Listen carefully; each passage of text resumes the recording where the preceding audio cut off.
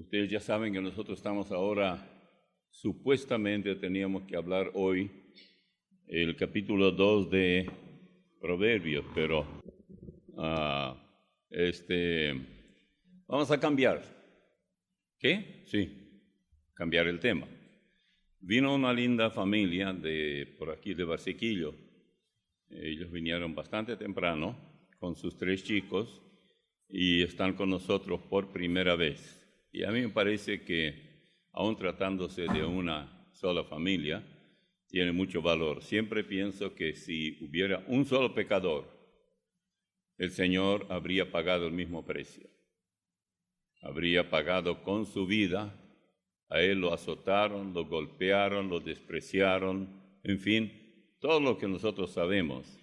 Lo laceraron tanto que corría su sangre aún antes de ser clavado de esa cruz. Bueno, si solamente yo estuviera aquí, Él moriría por mí. ¿Qué me cuesta entonces o por qué no voy a hablar aunque se trate de una familia?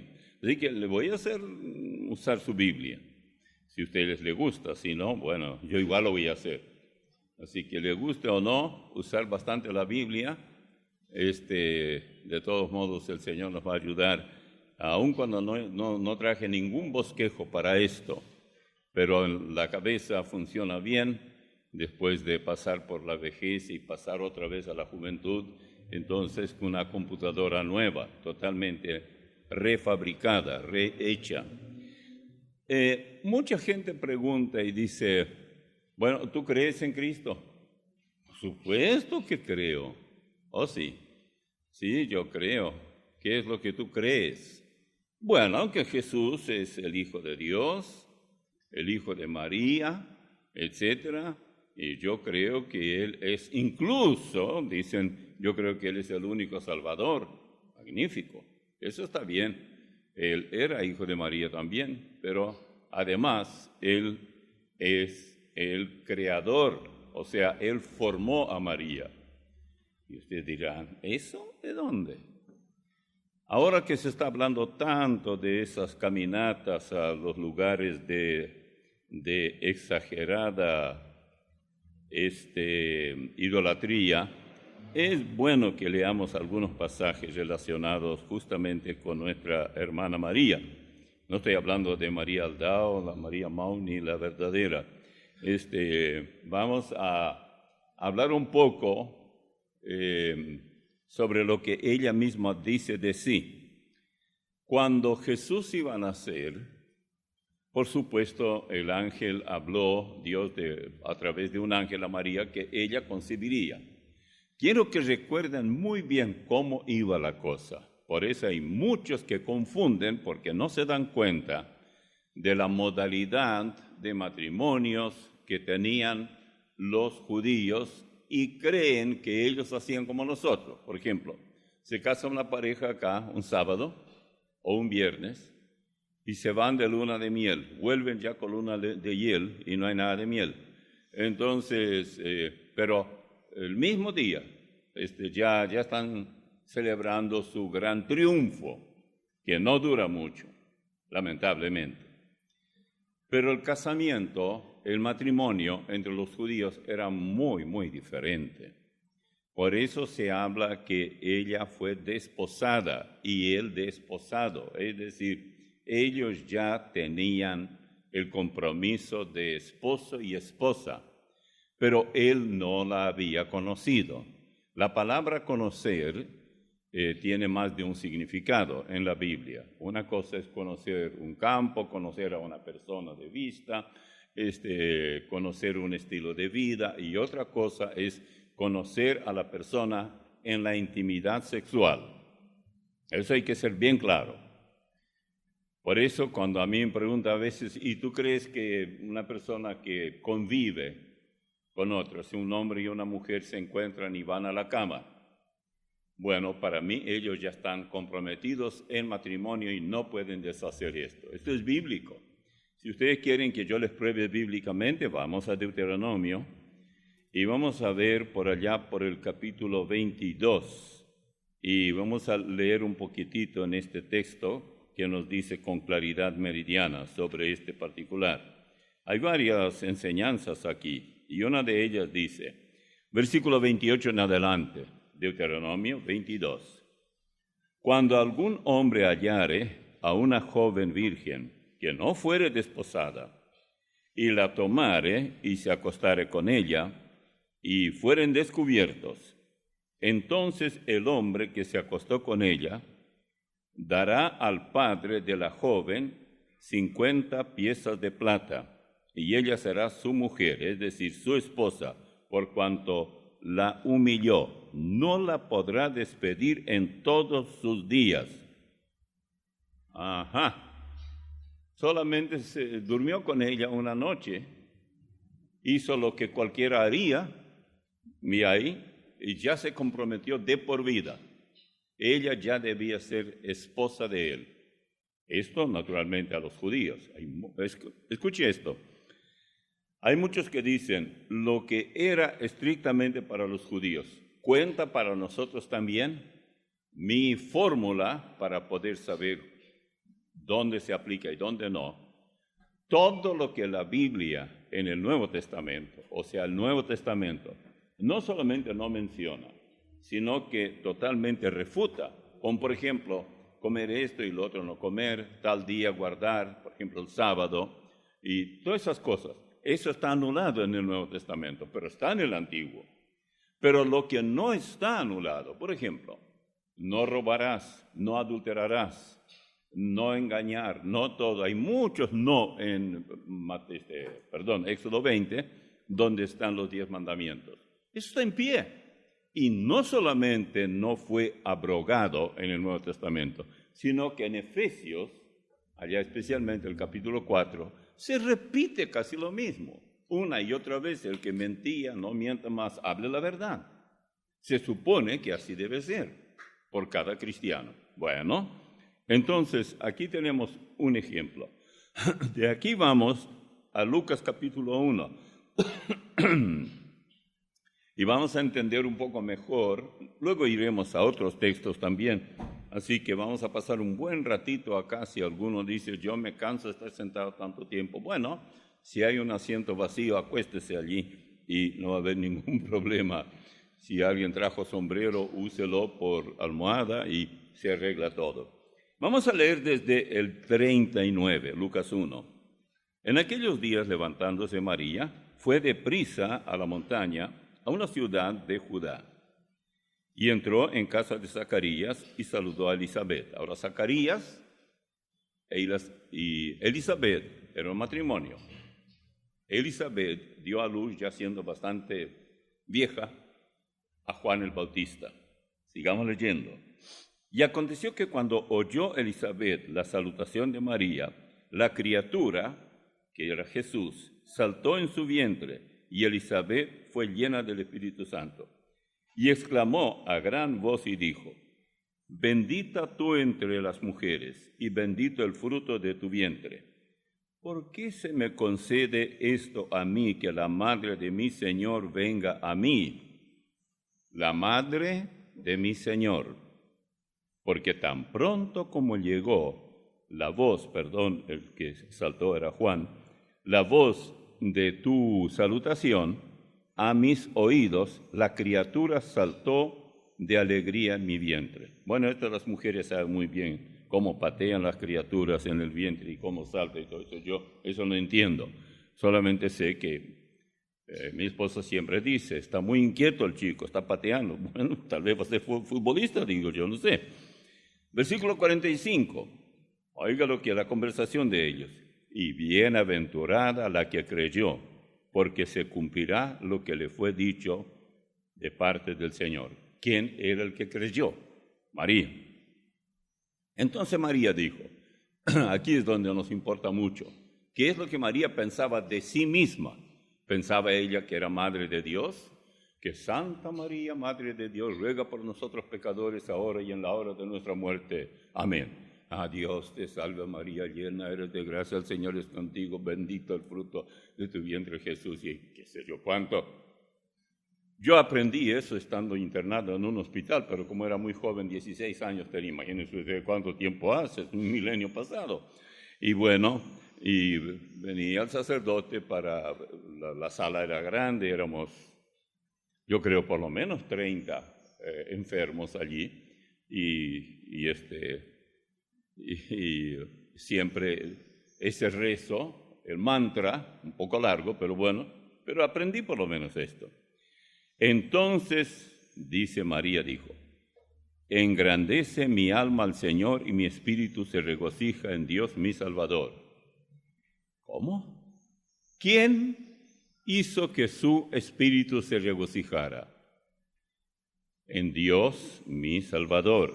Dice, engrandece mi alma al Señor y mi espíritu se regocija en Dios mi Salvador.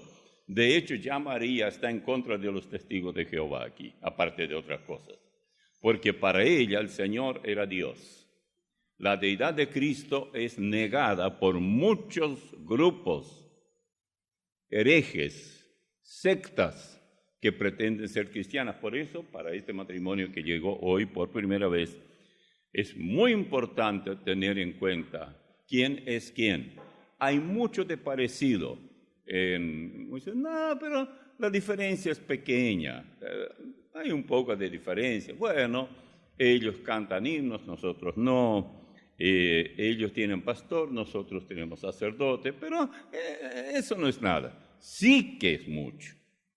Es un problema porque detrás de esto hay mucho, mucho más. O algunos dicen, bueno, nosotros guardamos el sábado y ellos el domingo. Es la única diferencia. Un caballero que era chofer nuestro allá en Israel cuando viajábamos, él era árabe, practicaba el Islam, y ya de antemano nos decían, nunca traten de evangelizar a los islamitas, habrá problema. Y yo dije, no, ¿qué problema? Igual hicimos amistad con el hombre y todo, y yo, un día, viernes era, y yo le dije, ¿por qué no vamos a almorzar? Yo te pago el almuerzo. Y él dijo, no, yo estoy ayunando.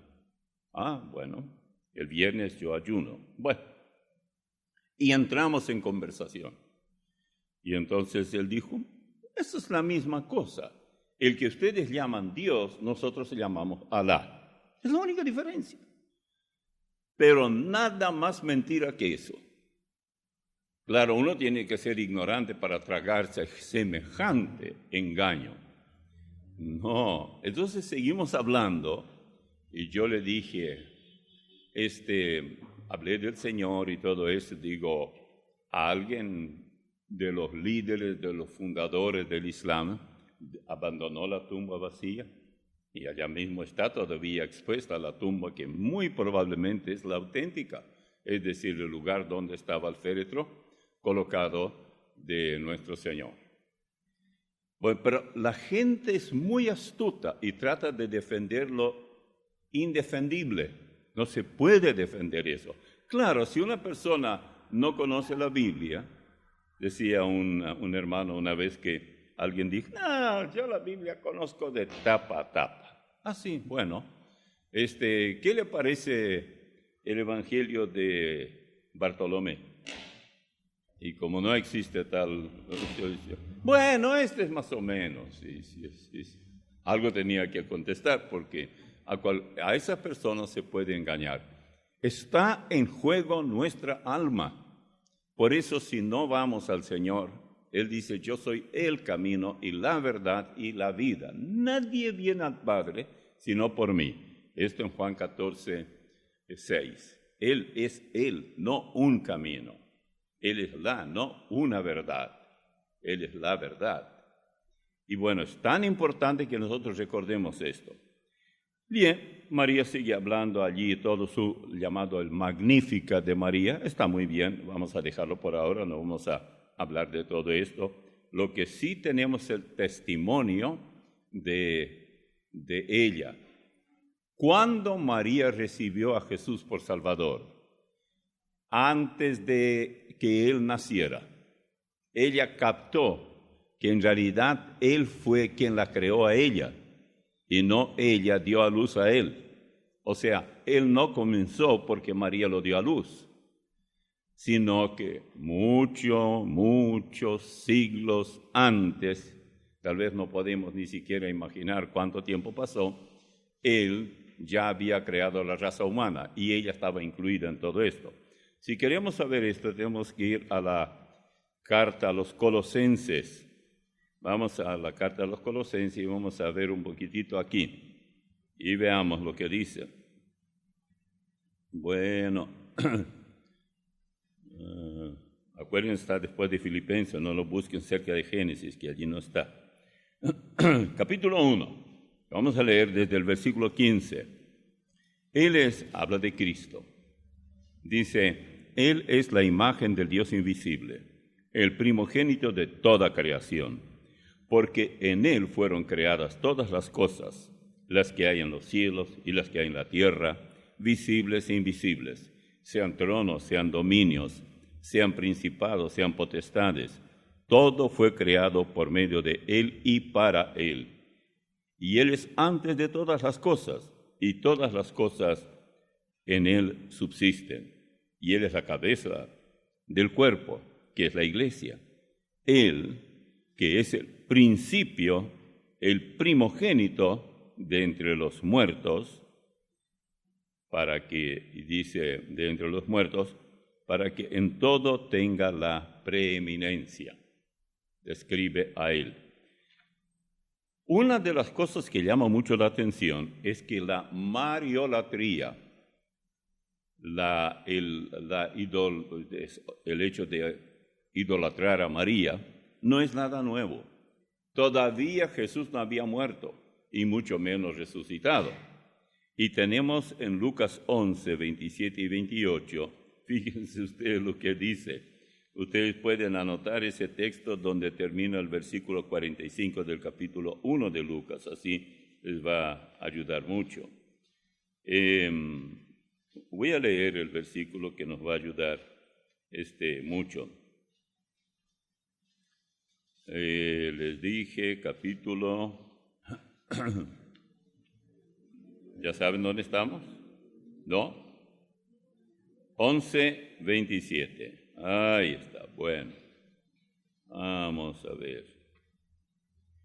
En el versículo 27 dice, mientras Él, esto es Cristo, decía estas cosas, una mujer de entre la multitud levantó la voz y le dijo, bienaventurado el vientre que te trajo y los senos que mamaste. Y Él dijo, antes bienaventurados los que oyen la palabra de Dios y la guardan. Le tapó la boca de un tirón. No es que Él le faltó respeto o algo así, no. Simplemente ella ya trató de ensalzar a María. Así que cuando llegó eso al papado y todo eso, que María ascendió al cielo en 1950 y que esto y el otro, ya llegó tarde. Mucho antes Satanás ya trabajaba para colocar a María en primer lugar y después al Señor, si es que cupiera en algún lugar. Pero de cualquier manera, el Señor, para este tipo de religión pagana, con pinceladas de supuesto cristianismo, no tiene lugar. Uno no puede menos que preguntarse, ¿por qué tanta gente está en las tinieblas cuando hoy como nunca hay Biblias disponibles? Yo saqué la cuenta que hay más o menos cerca de 30 y tantas diferentes versiones solamente en español. Ahora, hablando en inglés y otros, hay mucho más. Algunas son buenas, otras regulares, otras malas, muy malas, pero hay también muy buenas. Entonces uno tiene que orientarse un poco y ver qué tipo o cuál de las tantas versiones bíblicas que hay se puede leer. Porque la gente dice, bueno, yo tengo la Biblia y ya está. Tenga mucho cuidado, porque hay muchos libros apócrifos, es decir, pseudocanónicos, que no fueron aceptados como si fuera la palabra de Dios, porque no lo es, porque los hombres alteraron. Y hay de aquellos que hacen este trabajo, ellos tendrán que dar cuenta. En el libro de Apocalipsis, por ejemplo, al final, en el capítulo 22, termina así. Miren cómo termina la Biblia.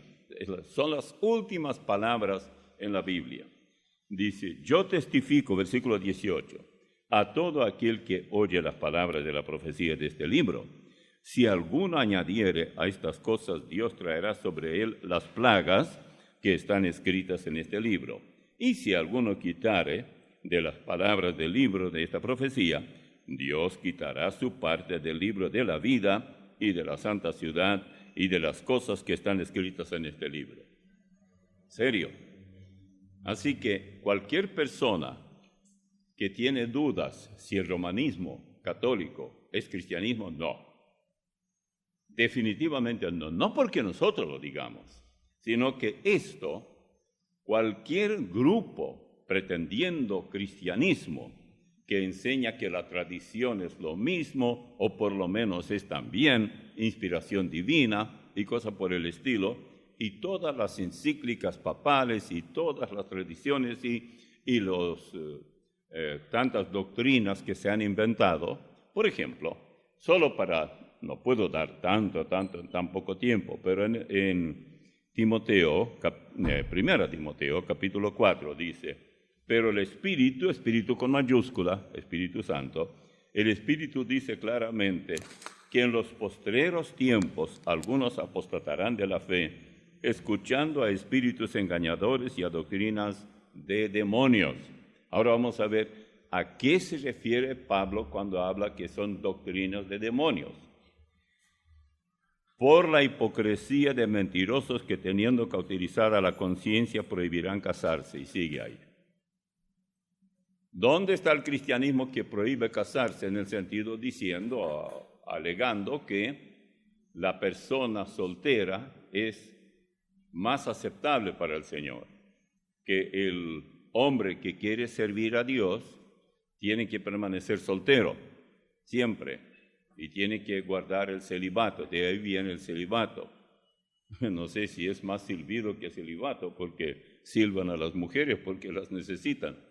Y ustedes ya se imaginan de esto. Cada día virtualmente aparecen en los diarios y en las noticias por todas partes el abuso incluso de menores, de chicos, porque esos hombres deben casarse.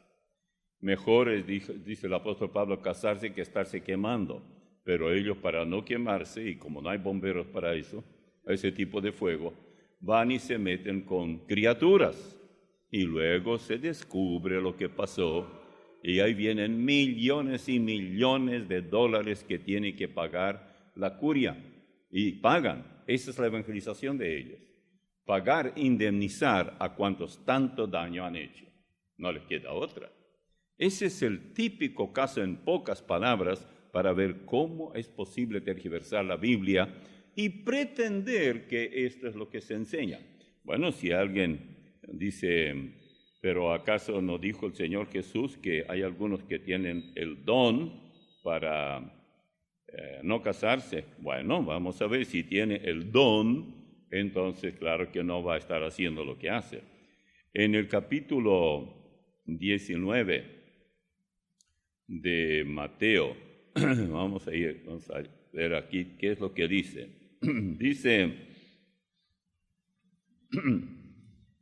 versículo 3, entonces vinieron a él los fariseos, tentándole y diciéndole, ¿es lícito al hombre repudiar a su mujer por cualquier causa? Algún día me gustaría elaborar un poco. Dice, ¿cuáles son esas cualquier causa? ¿Cuáles, por ejemplo, podrían ser? Bueno, sigo. 4. Él respondiendo les dijo, ¿no habéis leído que el que los hizo al principio, varón y hembra los hizo? Y dijo, por esto el hombre dejará padre y madre y se unirá a su mujer, y los dos serán una sola carne. Así que no son ya más dos, sino una sola carne. Por tanto, lo que Dios juntó, no lo separe el hombre. Vamos a parar un poco acá. Algunos creen que Dios juntó a tal varón con tal mujer. No, usted escoge. Si a usted le gusta una dama que tiene nariz respingada o así enganchada, es cosa suya. Si tiene que ser gordita o flaquita o mediana, bueno, es cosa suya. Usted tiene capacidad para escoger. No le va a pasar lo que pasó a uno ahí cuando estuvimos la onda corta y por correo un ciego de Chile, creo que era, nos escribió y dijo que él quería tener una novia. Y vino la novia de México. Y él dijo que ni bien bajó del avión le gustó mucho. ¿Y cómo pudo gustarle? Estaba ciego. Bueno, así a cualquiera le gusta. Y no se pudo deshacer de ella. Bueno, pero fíjense lo que dice después. Dice, Él les dijo, por la dureza de vuestro corazón, Moisés, versículo 8, os permitió repudiar a vuestras mujeres, mas al principio no fue así. Yo os digo que cualquiera que repudia a su mujer, salvo por causa de fornicación, y se casa con otra, adultera. Y el que se casa con la repudiada, adultera. Bueno, quiere decir que si usted se divorcia y se casa de nuevo, adultera. Pero si ustedes comparan este pasaje con su paralelo, que es Marcos 10, 1 al 12, no aparece la parte donde dice, salvo por causa de fornicación. ¿Por qué no aparece? Muy buena pregunta, muy dentro del contexto. No aparece porque primero recordemos que Mateo, al escribir, tuvo en cuenta, como ningún otro escritor de los evangelios, a los judíos. Él se dirigió a ellos. Y les voy a decir por qué. Como ningún otro evangelio, Mateo menciona una y otra vez, y así se cumplió la profecía que dijo el profeta, y así se cumplió. A los gentiles, por ejemplo, griegos y los de Asia Menor, por ahí, y cuantos otros que no eran judíos, no les importaba nada eso porque ellos no conocían, ellos no tenían las profecías. Los judíos sí. Por eso cuando la Biblia dice que se cumplió lo que dijo el profeta Isaías, se refiere más que todo a ellos.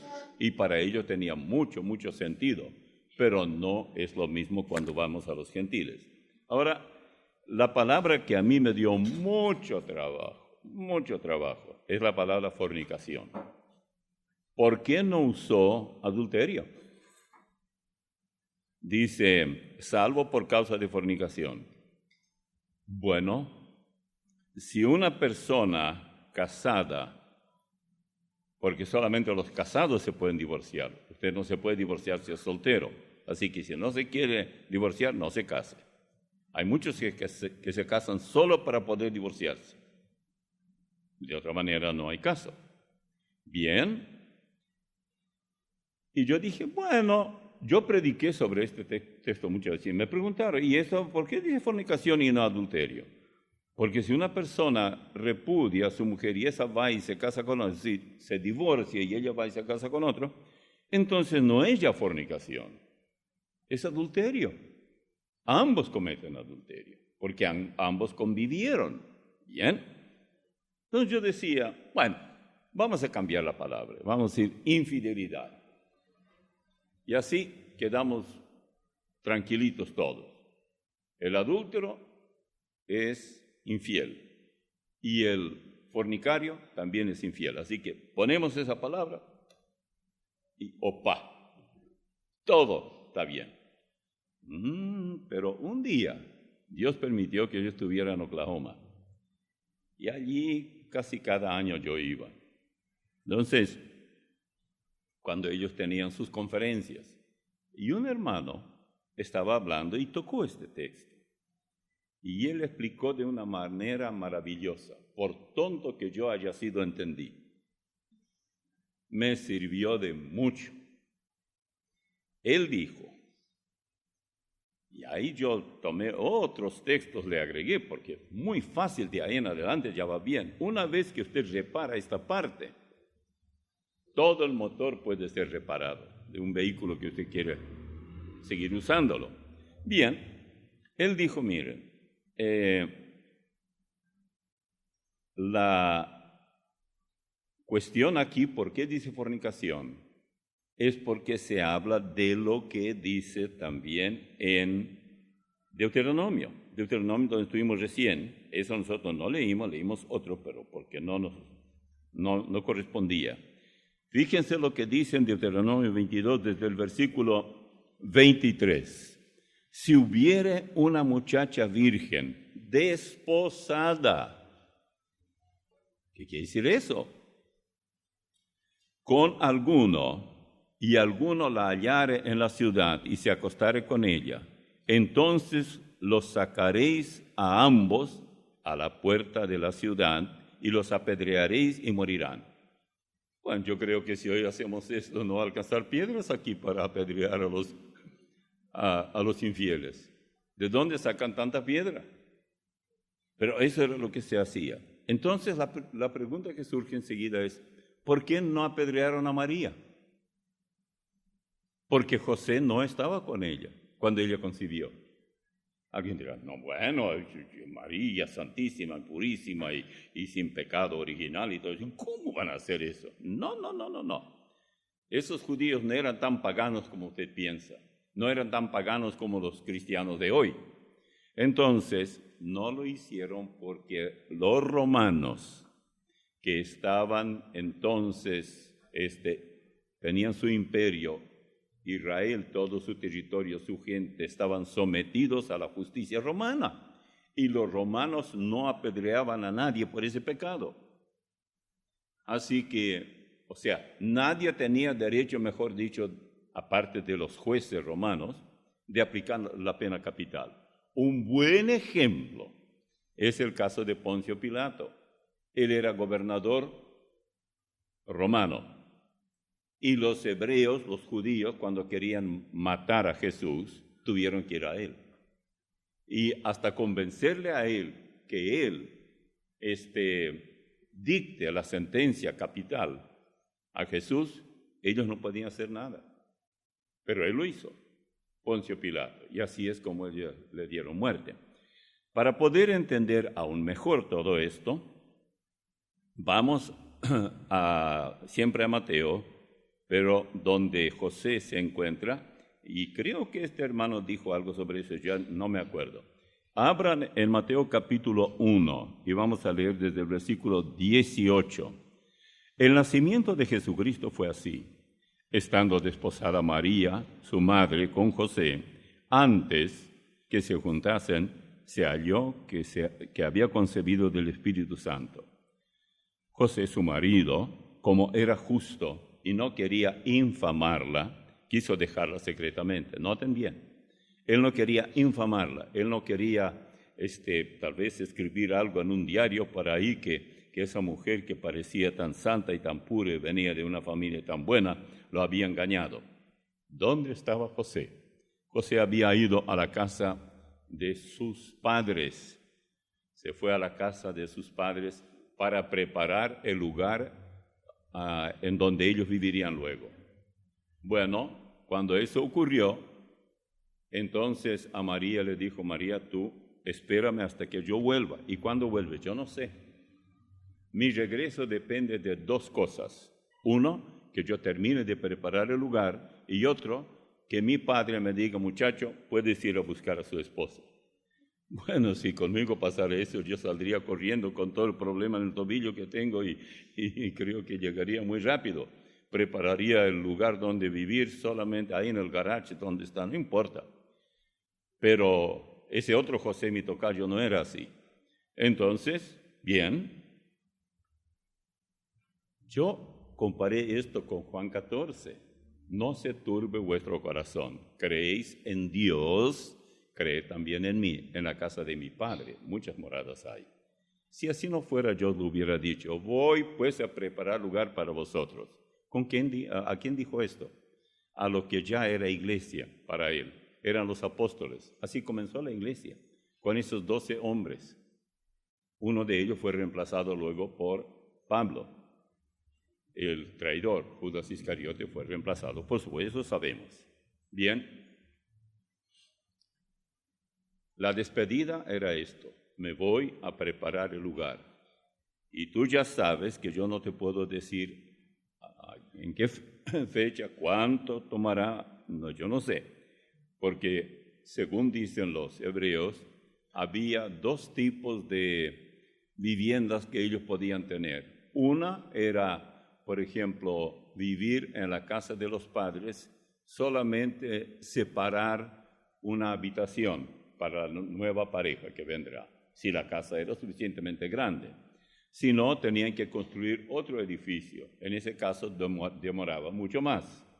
Y eso es lo que debían hacer para poder traer a la esposa. Fíjense ustedes cuán coordinado está todo en la Biblia.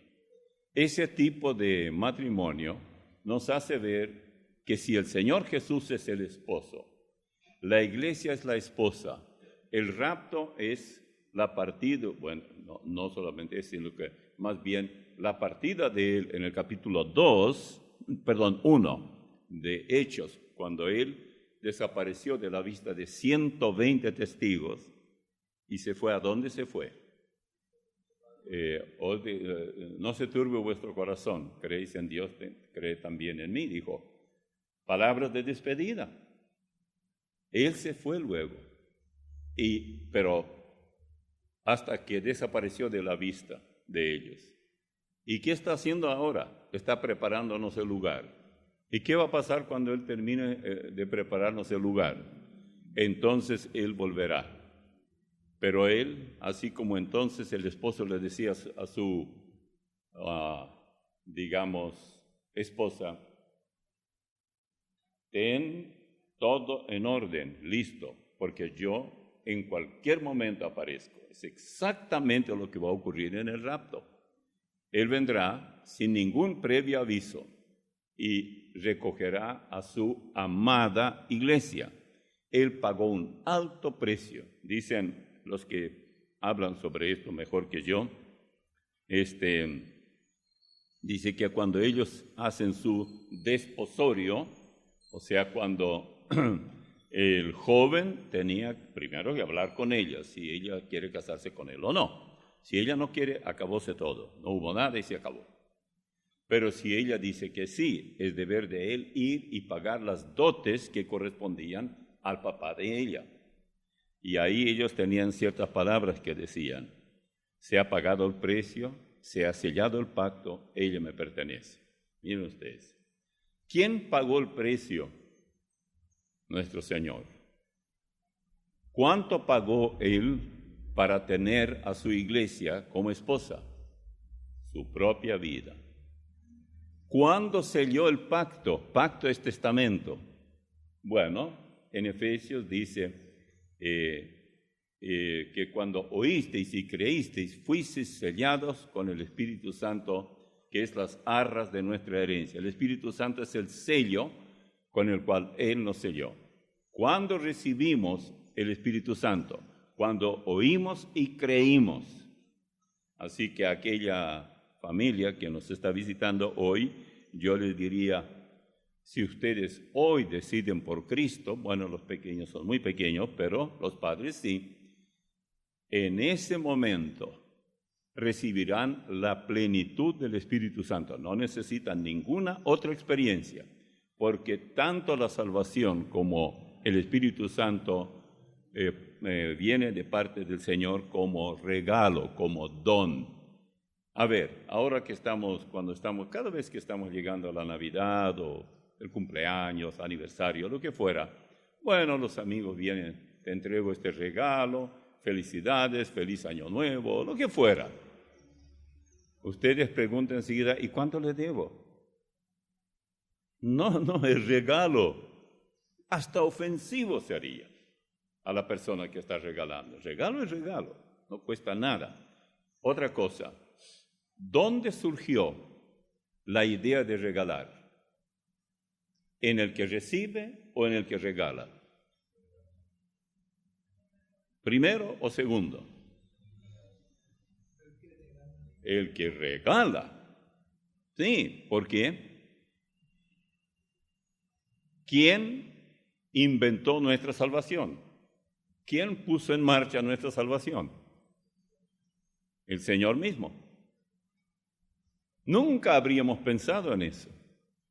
Pero de tal manera amó Dios al mundo que ha dado a su Hijo unigénito para que todo aquel que en él cree no se pierda, mas tenga vida eterna. La cuestión de nuestra salvación comenzó mucho antes de la fundación del mundo y el universo todo. Y cuando ya llegó el pecado en el huerto del Edén, Satanás llegó tarde, parece que le gustaba dormir bastante y estaba seguro que todo va a marchar bien, pero ya cuando él llegó estaba preparada la salida. Si ustedes tienen alguna duda sobre lo que estoy diciendo, fíjense en Génesis capítulo 3. En Génesis capítulo 3 aparece la cuestión del pecado. No voy a leer todo. Sí, al principio dice que la serpiente era astuta más que todos los animales del campo, etc. Y claro está, convenció a Eva para que comiera del fruto prohibido. Bueno, ambos, ella y él, comieron. Y ya cuando llegamos al versículo 7, entonces fueron abiertos los ojos de ambos, Adán y Eva, y conocieron que estaban desnudos. Entonces cosieron hojas de higuera y se hicieron delantales. Y oyeron la voz de Jehová Dios, que se paseaba en el huerto al aire del día. Y el hombre y su mujer se escondieron de la presencia de Jehová Dios entre los árboles del huerto. Mas Jehová Dios llamó al hombre y le dijo, ¿dónde estás tú? ¿Acaso no sabía Dios lo que estaba pasando? Sí sabía, pero quería que el hombre reconozca. Si de allí saltamos al versículo 21 del mismo capítulo, leemos esto. Y Jehová Dios hizo al hombre y a su mujer túnicas de pieles y los vistió. Siempre me llama la atención, ¿cómo es posible que haya allí habido ya todo esto listo? Túnicas de pieles. Ahora, para eso tenía que morir uno o más, tal vez corderos o lo que fuera, porque tenían que derramar sangre. Y muchos se preguntan luego y dicen, ¿y por qué luego Caín y Abel ofrecieron sacrificios y Caín mató a Abel? Porque lo de Abel se aceptó y lo de Caín no. Es fácil, fíjense en el versículo 3 de Génesis 4. Y aconteció, andando el tiempo, que Caín trajo del fruto de la tierra una ofrenda a Jehová. Hasta ahí está bien. Abel trajo también de los primogénitos de sus ovejas, de lo más gordo de ellas. Y miró Jehová con agrado a Abel y a su ofrenda, pero no miró con agrado a Caín y a su ofrenda, o a la ofrenda suya. Y se ensañó, o sea, quedó un tanto enojado Caín, ensañó Caín en gran manera y decayó su semblante. Entonces Jehová dijo a Caín, ¿por qué te has ensañado? ¿Y por qué ha decaído tu semblante? Si bien hicieres, no serás enaltecido, y si no hicieres bien, el pecado está a la puerta. ¿Ve? ¿Qué es lo que hizo mal él? Pues si él ofreció del fruto, él trabajaba vamos a decir, cultivaba plantas y todas esas cosas. En cambio, su hermano criaba animales, corderos, por ejemplo. Cada uno dio de lo que tenía. Uno diría así, ¿no? Sin embargo, ambos sabían muy bien, porque a mi juicio, Adán y Eva los habían evangelizado, se habían hecho ver. Nosotros pecamos contra Dios y a causa de eso tuvo que derramar sangre un animal o más de uno completamente inocente. No tiene nada que ver con nuestro comportamiento. O sea, se derramó esa sangre de ese animal inocente en favor nuestro. O sea, esto era suficiente para que Caín supiera, Dios no va a aceptar nada que yo logre con mis esfuerzos. Yo veo aquí la religión, el cristianismo, que predica la salvación por obras, y el cristianismo que deriva todo a la sangre de Jesucristo que nos limpia de todo pecado. Así de sencillo. Pero esto no es lo que se predica hoy. Hoy los seguidores de Caín, que son criminales, no es que ellos matan gente. Si eso fuera solo eso, sería nada. En una época es lo que hacían. El catolicismo romano, por ejemplo, tiene una lista de millones y millones a quienes ha dado muerte. Hay muchos libros, incluso libros históricos, que nada tienen que ver con escritores cristianos y menos evangélicos. Y sin embargo, dan listas completas de a cuánto masacraron, aldeas completas han dado muerte. Y no respetaban tanto a cristianos como a judíos. ¿Por qué? Porque según ellos los judíos mataron a Jesús. Y los cristianos inventaron una herejía que era un peligro para la única iglesia verdadera, basada sobre San Pedro. Bien, entonces, Caín, los cainistas, hoy son la gran mayoría, pero esto no va a retroceder hasta que se llegue al final. Cuando llegue el día de cuentas, aquellos que se refugiaron en Cristo, le recibieron, le reconocieron como Salvador personal, oirán la voz del Señor: bien, buen siervo y fiel. Sobre poco has sido fiel, sobre mucho te pondré. Una vez que uno recibe a Cristo, ya no quiere esa vida de antes.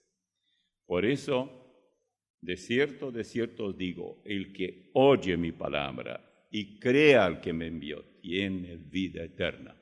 Y no vendrá condenación, mas ha pasado de muerte a vida. ¿Cuándo pasó de muerte a vida? Cuando oyó y creyó. ¿Qué recibió a cambio? Vida eterna. ¿Cuándo perdió la salvación? Bueno, no entiendo cómo puede ser eso. Si recibió vida eterna, es imposible perderla. Esa es la pregunta que nos hacen muchas veces por la radio. Que no, que usted cree que una persona que dice que recibió al Señor y no lo recibió de verdad. Bueno, yo ya no quiero ni siquiera discutir. El otro día ya tuve que decir esa pregunta no voy a contestar más porque estamos manipulando la Biblia como si se tratara de uno de estos diarios como Crónica y eso. No, la Biblia es la palabra de Dios inspirada por el Espíritu Santo. Y las personas que dicen lo que dicen, o preguntan y preguntan siempre lo mismo, saben cuál es la verdad. Hay que ser mucho más burro que el burro cuadrúpedo. Estos son bípedos. Para no entender.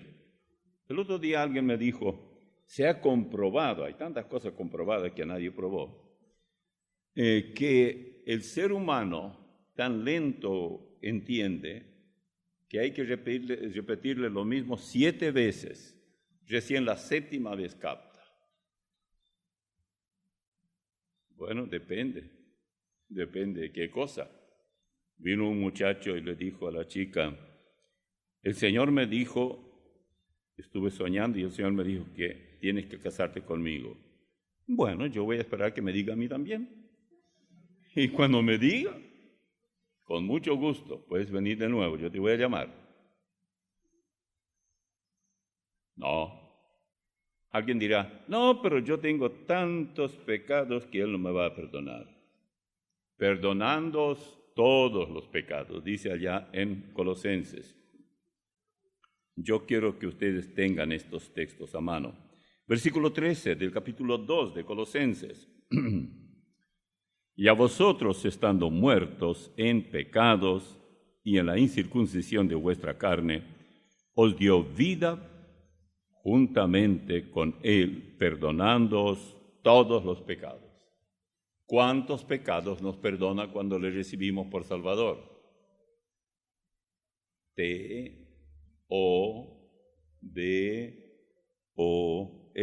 todos.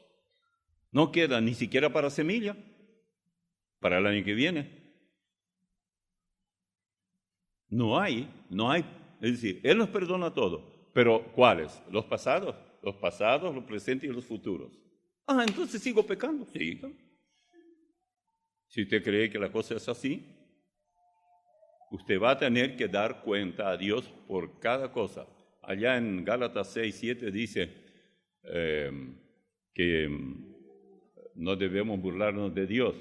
Todo lo que el hombre sembrare, eso también segará.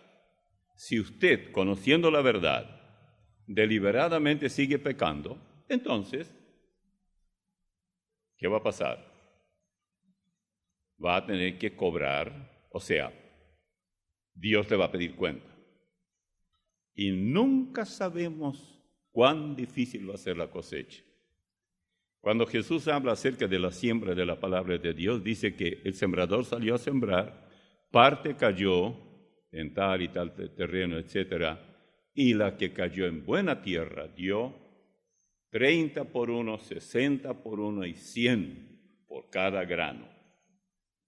Bueno, imagínese usted, si usted ya recibe a Jesucristo por Salvador, y luego dice, si Él me perdonó el pasado, el presente y el futuro, entonces, ¿qué hace que si yo peco? Yo puedo adulterar, yo puedo estafar, yo puedo robar, yo puedo mentir y no me va a pasar nada. Está muy mal informado. ¿Y de dónde sacó usted esto del diablo? De que Él ha perdonado es un hecho. Por eso dice perdonando todos los pecados y no dice los pasados. Todos los pecados. Dicen que había un muchacho una vez que fue a confesarse con un sacerdote, por supuesto, confesionario, confesión auricular. Y el cura le preguntaba muchas cosas y no se oye, padre, no se oye, padre. Todo el tiempo decía, no se oye, padre. ¿Cómo es posible? Nadie me dijo así tantas veces, no se oye, padre. Entonces dijo, padre, venga usted acá y yo voy a hacer el papel de confesar. Y se fue y dijo, ¿qué hiciste el otro día cuando saliste con mi hermana y no sé cuánto? Es cierto, acá no se oye nada. Ahí ya no, era correcto, no se oía. Es increíble cómo el hombre busca vueltas. ¿Saben por qué la salvación, tal como dicen Colosenses, perdonando todos esos pecados? No podemos estar sin pecar. ¿Qué? Aun cuando usted se propone y dice, yo me voy a proponer y no voy a pecar más. Bueno, amén. Mucho éxito, hermano. Vean lo que dice en Romanos 7, desde el versículo 15. Pablo habla de sí mismo. Él tenía serio problema. Porque lo que hago no lo entiendo, pues no hago lo que quiero, sino lo que aborrezco, eso hago. Y si lo que no quiero, eso hago, apruebo que la ley es buena. De manera que ya no soy yo quien hace aquello, sino el pecado que mora en mí. ¿A qué distancia están nuestros pecados de nosotros? Mora en mí, dice. Y yo sé que en mí, esto es, en mi carne, no mora el bien, porque el querer el bien está en mí, pero no el hacerlo. Porque no hago el bien que quiero, sino el mal que no quiero, eso hago. Y si hago lo que no quiero, ya no lo hago yo, sino el pecado que mora en mí.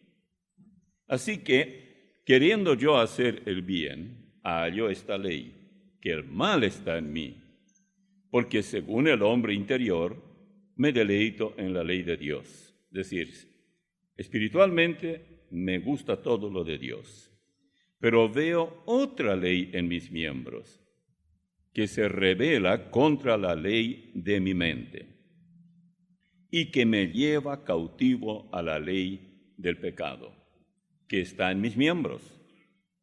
Y luego él exclama, miserable de mí, ¿quién me librará de este cuerpo de muerte? Gracias doy a Dios por Jesucristo, Señor nuestro. Así que yo mismo, con la mente sirvo a la ley de Dios, mas con la carne a la ley del pecado. Este último tramo que yo leí, yo lo interpreto así. Gracias doy a Dios porque hay un Jesucristo Él cambió todo. O sea, Jesucristo vivió lo que yo no puedo vivir. Él nunca dijo una mentira, nunca tuvo un mal pensamiento, nunca tuvo rencor ni siquiera por instantes, nunca deseó mal a nadie, nunca pecó. Pero ¿y entonces por qué murió? Por mí y por usted. Murió por nosotros. Él pagó nuestras culpas con su propia vida sin pecado. ¿No es eso el amor de Dios? Con razón, a ver, junto conmigo, porque de tal manera amó Dios al mundo que ha dado a su Hijo unigénito para que todo aquel que en él cree no se pierda, mas tenga vida eterna. A ver este matrimonio que vino hoy. Yo quisiera que ustedes, si desean realmente comenzar esta vida nueva en Cristo, claro que les vamos a ayudar mucho para poder entender muchas cosas con el correr del tiempo. Quisieran pasar aquí, así yo voy a tener una oración por ustedes. Si quieren venir ahora, no están obligados, pero si desean venir, serán muy bienvenidos. Hay una pequeñita también, porque parece que no quiere estar ahí. Y eso que yo le dije que vaya, porque aparte del cuidado que tiene, le pueden dar chocolate ahí. ¿Cómo te llamas? ¿Cómo? ¿Sarita? Bueno, no importa. Comiste mucho hoy. Bueno, ¿cómo es su nombre? Cristian. ¿Y la esposa? ¿Cómo? Nelly. Muy bien. Ustedes entendieron bastante, ¿verdad? Y ahora, con el correr del tiempo, algún hermano vamos a tener sus datos y todo eso y podrá ayudarles en el desarrollo de esa nueva vida que el Señor le puede dar. Yo voy a tener la oración. Padre amado, tú conoces la vida de ellos, la inquietud que tienen, el deseo de seguirte, de servirte, de invertir su vida en algo que vale la pena. Y es el hecho de renunciar a una simple religión con todas sus tradiciones e inventos de hombres y comenzar a andar paso a paso en pos de ti. Ayúdales. Ellos tendrán tentaciones, dificultades, dudas y todo tipo hasta de burlas, pero haz que ellos sigan confiando en ti y que lo que ya están escuchando vía radio les sea de provecho también. Pido esto y te agradezco de todo corazón porque podemos ser útiles para ellos también. En el nombre de Jesús. Amén.